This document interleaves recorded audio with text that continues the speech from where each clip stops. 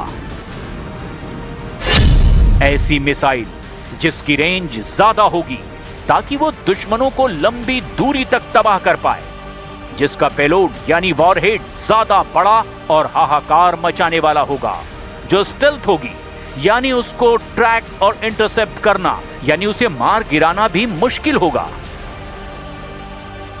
Iran के commander दावा कर रहे हैं कि उसका नया मिसाइल जखीरा इतना खतरनाक होगा कि इजराइल को सरेंडर करने में 12 दिन का वक्त नहीं लगेगा। ईरान इस बार ऐसा जवाब देगा कि इजराइल 12 घंटे के अंदर ही सरेंडर कर देगा, यानी 12 दिन नहीं 12 घंटे वाली वार्निंग ईरान की तरफ से जारी की जा रही है। इजराइल के प्रधानमंत्री नेतन्याहू भी जानते हैं कि इस वक्त खामेनेई का इरादा क्या है और अगर ईरान पर हमला किया तो काउंटर अटैक किस लेवल का होगा। इसीलिए इजराइल में भी अब ईरान के मिसाइल पावर को लेकर सायरन बजना शुरू हो गया है।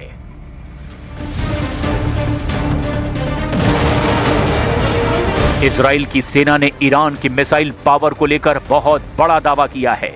ये ऐसा दावा है जिसके बारे में पूरी दुनिया को अलर्ट कर रहा है इजराइल। इजरायली सेना के एक बड़े कमांडर ने इजरायली संसद को बताया कि ईरान ने जून में हुए युद्ध के बाद अपनी बैलिस्टिक मिसाइल का प्रोडक्शन बढ़ाना शुरू कर दिया है। उसकी मिसाइल ज्यादा रेंज की भी है, बड़े वॉरहेड से भी लैस है और उनको रोकना पहले जैसा आसान नहीं होगा। इजरायली सेना ने कहा है कि इस बात को नेतन्याहू सरकार बहुत गंभीरता से ले रही है। इजराइल के साथ अमेरिकी बेड़े को डराने के लिए खामनेई की वार्निंग ऐसे वक्त में आई है जब ईरान की नौसेना ने फारस की खाड़ी में अपनी ताकत दिखाई है। ईरान ने यहां युद्धाभ्यास में क्रूज मिसाइल से लेकर बैलिस्टिक मिसाइल और ड्रोन अटैक को भी आजमाया है। ईरान के रिवोल्यूशनरी गार्ड्स ने फारस की खाड़ी में जब से ये युद्धाभ्यास किया उसके दुश्मन चौकन्ने हो गए हैं। ईरान के पास एक मजबूत एंटी शिप वाली मिसाइल पावर भी है और यही इसे एक बेहद खास समुद्री इलाके में सबसे बड़ी मिलिट्री पावर बना देती है। अब ईरान की नौसेना के कमांडर बता रहे हैं कि समुद्री इलाके पर दबदबा कायम रखने के लिए उसकी नई मिसाइल बिल्कुल तैयार है।